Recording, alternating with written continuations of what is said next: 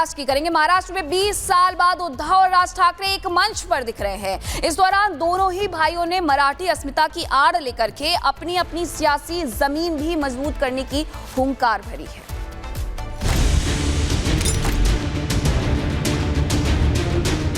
महाराष्ट्र में अपनी सियासी जमीन खो चुके ठाकरे ब्रदर्स ने भाषा विवाद की आड़ में बंटवारे की सियासत शुरू कर दी है। 20 सालों बाद दोनों भाई मराठी अस्मिता का हथियार लिए एक मंच पर दिखे। इस दौरान दोनों ने महाराष्ट्र में भाषा विवाद को जमकर हवा दी। राज ठाकरे ने दोनों भाइयों को एक मंच पर लाने का मुद्दा देने को लेकर देवेंद्र फडणवीस पर तंज कसा। राज ठाकरे ने महाराष्ट्र की जनता पर हिंदी भाषा थोपे जाने का मुद्दा भी उठाया। जे माननीय बाळासाहेबांना जमलं नाही, जे अनेकांना जमलं नहीं, आम्हाला दोघांना एकत्र आणायचं ते देवेंद्र फडणवीसला जमलं। पिछले चुनाव में मिली हार के बाद उद्धव ठाकरे पहली बार मंच पर इतने कॉन्फिडेंस के साथ दिखे कि उन्होंने महाराष्ट्र से सबको उखाड़ फेंकने की बात कर डाली। इस दौरान उन्होंने कट्टर मराठी और हिंदुत्व वाला कार्ड भी खेला। उद्धव ठाकरे ने खुलेआम कहा कि अगर मराठी न्याय मांग रहा है और आप उसे गुंडा कह रहे हैं तो हाँ, हम गुंडे हैं। लेकिन हैरानी की बात यह है कि उद्धव ठाकरे ने भाषा विवाद को लेकर सियासी फायदे के लिए न्याय से जोड़ दिया। एकत्र आलोय एकत्र राहण्यासाठी।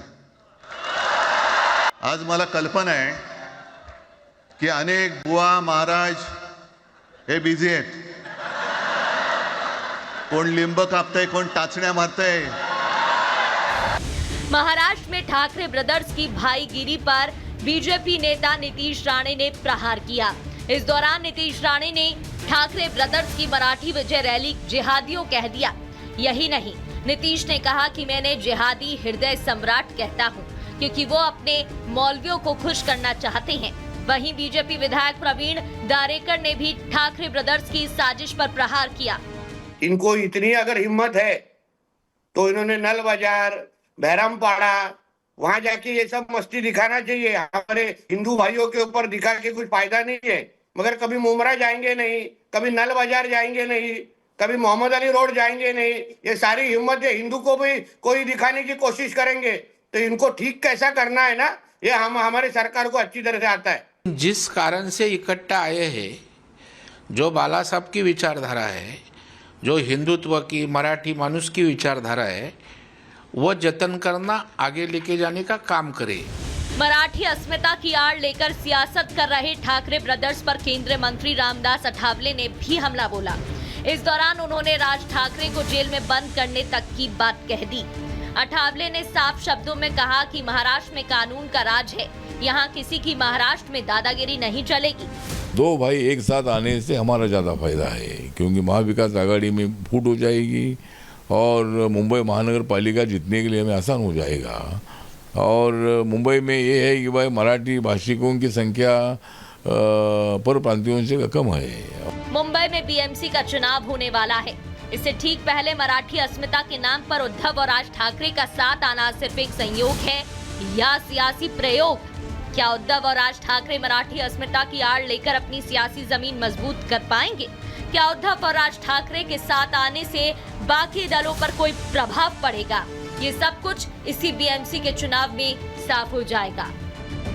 Bureau report, Republic Bharat. लेकिन महाराष्ट्र में अभी भी एमएनएस के जो कार्यकर्ता हैं उनकी गुंडागर्दी थमते हुए नजर नहीं आ रही है। सुशील केडिया के दफ्तर में पहुंच करके उनकी तरफ से तोड़फोड़ की गई, तो दूसरी तरफ पप्पू यादव ने भी साफ कर दिया है कि हिंदी भाषी लोगों पर हो रही इस हिंसा को बिल्कुल भी बर्दाश्त नहीं किया जाएगा।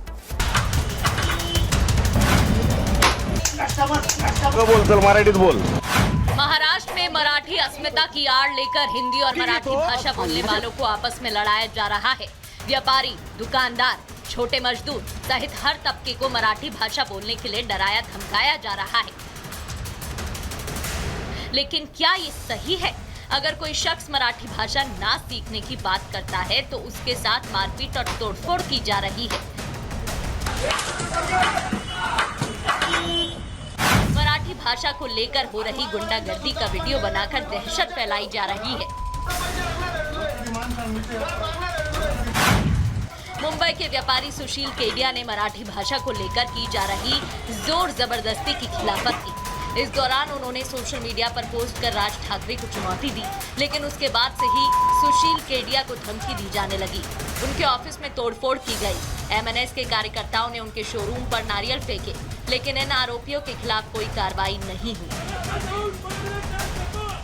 बिजनेसमैन सुशील केडिया के ऑफिस के बाहर मनसे के कार्यकर्ताओं ने पत्थर फेंका है, नारियल फेंका है। मैं तस्वीरें दिखा रहा हूँ कि यही ऑफिस है और यहाँ पे मुंबई पुलिस की टीम पहुँची हुई है। सामने देखिए ये गेट है, यहाँ पे देखिए नारियल के जो छिलके हैं यहाँ पड़े हुए हैं और यहाँ पर 2 घंटा पहले आए थे मनसे कार्यकर्ता और यहाँ पर पत्थर और नारियल फेंक के जा चुके हैं। सुशील केडिया ने ट्विटर पे ट्वीट किया था, कहा था कि हम 30 साल से मुंबई में रहते हैं, हिंदी, इंग्लिश, गुजराती जानते हैं, लेकिन अब मराठी नहीं सीखूंगा, चाहे जितना भी राज ठाकरे की पार्टी मन से दबाव डाल ले।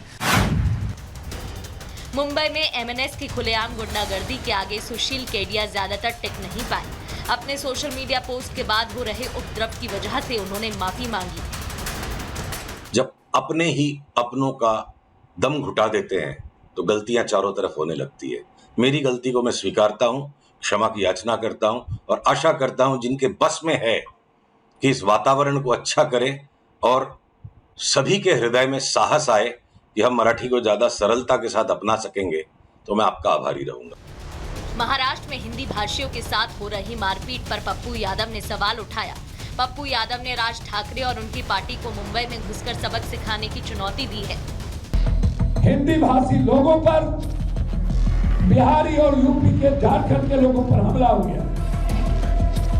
मैं मराठी का सम्मान करूंगा। उद्धव ठाकरे सुन ले,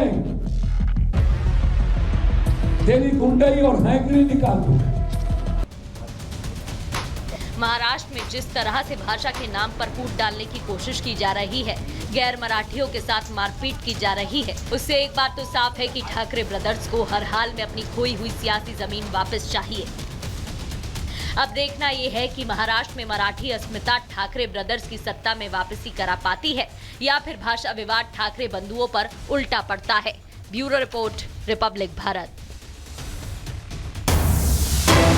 और खबर अमेरिका से जुड़ी हुई है। एलन मस्क ने बनाई है नई राजनीतिक पार्टी। मस्क ने अमेरिका पार्टी का गठन किया है। एक पार्टी सिस्टम से मिलेगी मुक्ति, उनका ये कहना है। मस्क ने ये भी कहा है कि लोगों की आज़ादी वापस दिलाना मकसद है। उनकी तरफ से कहा गया था, वन बिग ब्यूटीफुल बिल अगर पास होता है तो वो अपनी पार्टी का गठन करेंगे और इसी के लिहाज से अब उनकी तरफ से अमेरिका पार्टी का गठन कर दिया गया है। उनका कहना है कि लोगों को एक ही पार्टी से और एक ही सिस्टम से आज़ादी मिलेगी।